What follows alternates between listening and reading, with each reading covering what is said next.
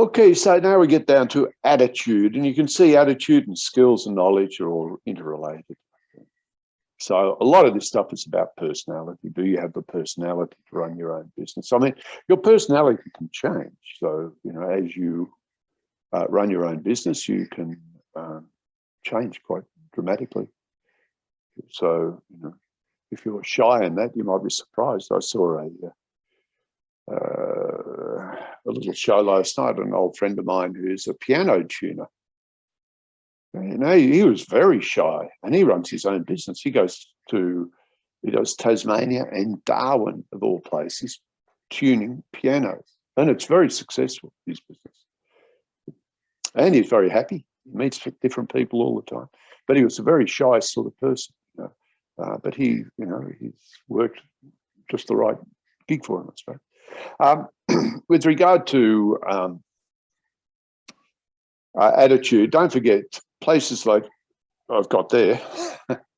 Find out about their history before you go there, and find out about their culture.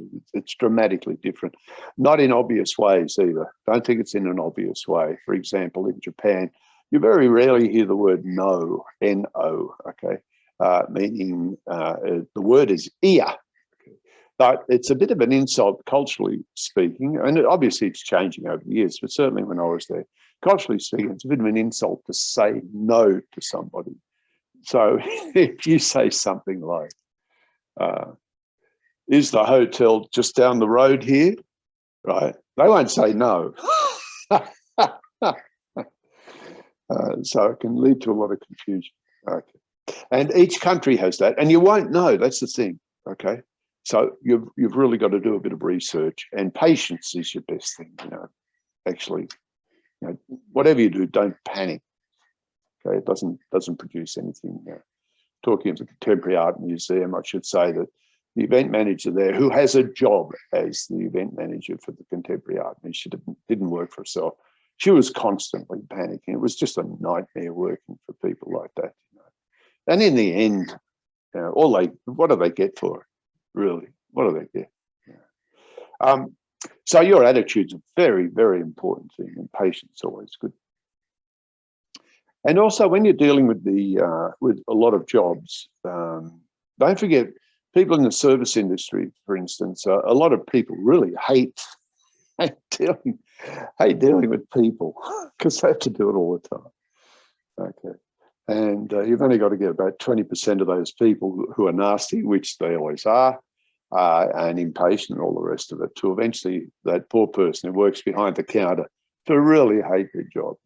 So if you come in and you're pleasant and you're polite, okay, and you're patient, believe me, you will be surprised the difference that will happen.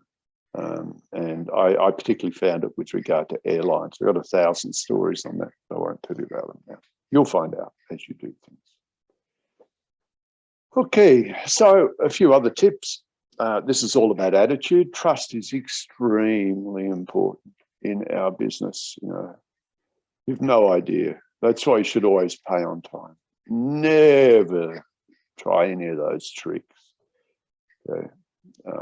Trust is very important. People just won't do it. Word will get out.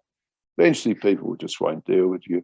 You'll get frustrated, and eventually you'll go and get a job somewhere and never know why, because people won't tell you. Okay, so make sure you pay on time. The other thing is, don't suffer idiots or fools or crooks. Okay, if somebody comes up to you and tells you, I managed to get this amount of money, I was really sneaky, do not deal with them, because if they do it to others, they'll do it to you 100%. Now, trust is a good example of trust, by the way. When I worked in Saudi Arabia, they'd give me their contracts in Arabic, which I can read sort of, but it'd probably take me about 3 months to be able to read this contract. And sure, you can get a Google translated and things like that, but at that stage we didn't. So how did I do it? Well, I just trusted them. And I was right. I had a good feeling about these people I was working with, and there is no doubt about it. I've been there on and off for 20 years. And so I just trust them. I mean, I could have got it translated, but who cares? You know, all you want to know is the dates. But the trouble is the dates are actually Hijri dates, which the Islamic calendar is based on the moon, not on the sun. Okay, so therefore their year is quite different. And so their dates are quite different. And in fact, that date there is 14, I think it's, 1428. Okay. So trust is very important, and you should engender trust. So eventually you'll have to make a pitch. You know, you'll come up with some great idea like a magic festival. And maybe you know some magicians, you've come up with this great idea, or you've found down at the Sydney Rocks, right, that they're not getting the people down there as much. Okay, they need to get people down there. You work out that if you put on a magic festival, you'd probably increase the number of people down there by 10% each weekend that you put on the magic festival. You work out 10% increase in trade down there is approximately how much would a person spend down at the Rocks? Okay, so it's, let's say they spend 100, maybe $200 down at the Rocks. 10% increase in trade means da-di-da how much? My work and getting the Magic Festival together will be this much, which is only 5 or 15% of the amount of money that all the traders will make as a result of my festival. You get it? That's how you do it. And indeed, we did a Magic Festival down at the Rocks. We did all of these in the same way. Jazz Festival at Circular Quayside. They were opening up their food court. Though nobody came to it, of course. I noticed that there was no one there, so I immediately went to the people who run it and said, look, what you need is a jazz festival down at Circular Quay, which they did, and we put on a festival, you know, just weekly jazz for about 3 months, I think. And the food court was packed. So they made their money. We were investment. We weren't a cost, we were an investment. There's a lot of others here. So all of these have been pictures, even this one in Borneo and Papua New Guinea. Sometimes they'll come to you and you'll change it. That's sort of half and half, you know, and as I've done tours of different countries, you have to, they'll come up to you with an idea, Bill, we want you to, can you do this, this and this? And you'll say, sure, but it might be better if you do this, this and this, and then you negotiate it out, and that's half and half. In other situations, they'll just come to you and say, look, we need a staff party, Christmas party for the staff down at in Sydney somewhere. Can you organise it? This is our budget. Now, what's interesting about that is the people who work in that last part, you know, this is our budget.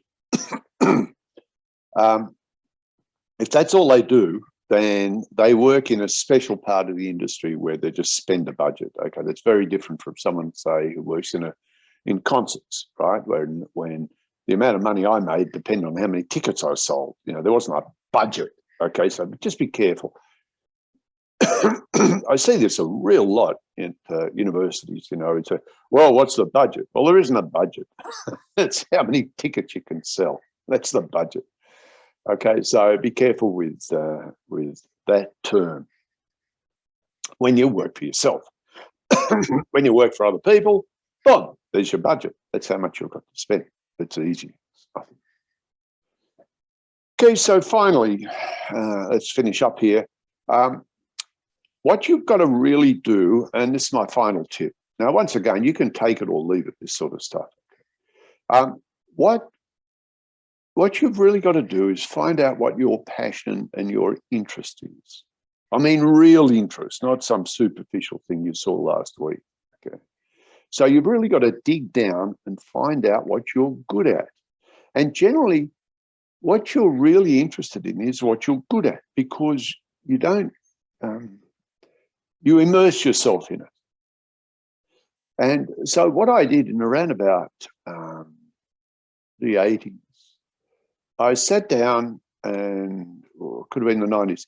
I got this book, What Color is Your Parachute? You know, it was a very thin book at that stage. And I just went through it, and it was really good because it actually goes through with a series of questions and tries to work out in your life what you really liked doing and what you did well and what you did badly and all the rest of these things. And it's just self-assessment. You know, it's not, you're not paying a fortune. I think the book was about $5 at the time. And it made a big difference to me because I could see what I was good at and what I wasn't. You know? And every now and again, I go back to this concept and see what you're good at and what you're not. And if you do the things that you're good at and you're interested in, people are attracted to you. People will hire you. I mean, you know, the fools and the idiots and the crooks won't. But people who are genuine and people who want to get things done will actually hire you. So you will actually hang around with people you like, which makes you a better person too. So think about that. Have a look at that or the equivalent, you know, somewhere. And then you can just self-analyze. You don't have to go to somebody. You sit down and go through it yourself. Find out your passions and interests.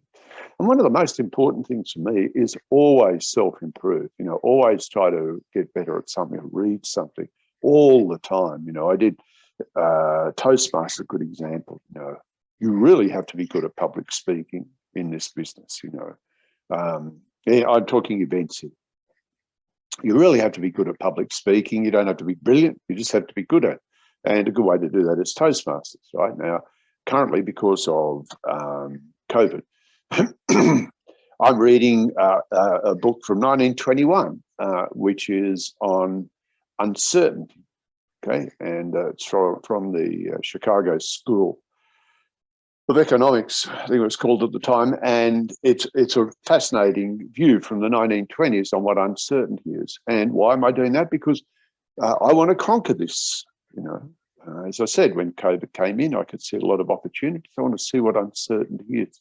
So when you're working for yourself, you love doing stuff like that because ultimately it gets down to what your work is, and what your work is pays for you and your family and makes you happy.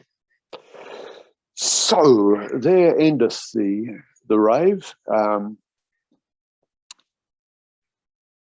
Let me know if you want any more advice on any aspect of that.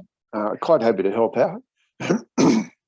I'd much prefer if there were lots and lots of small event companies around. I'd much prefer if there were stacks of these smaller events around rather than these mega events which suck up all the money.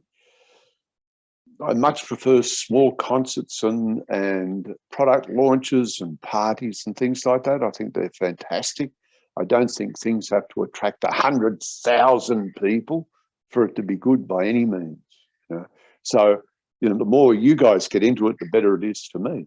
How about that? Okay, it's nice to present for you. And we'll see you. Good luck in your career.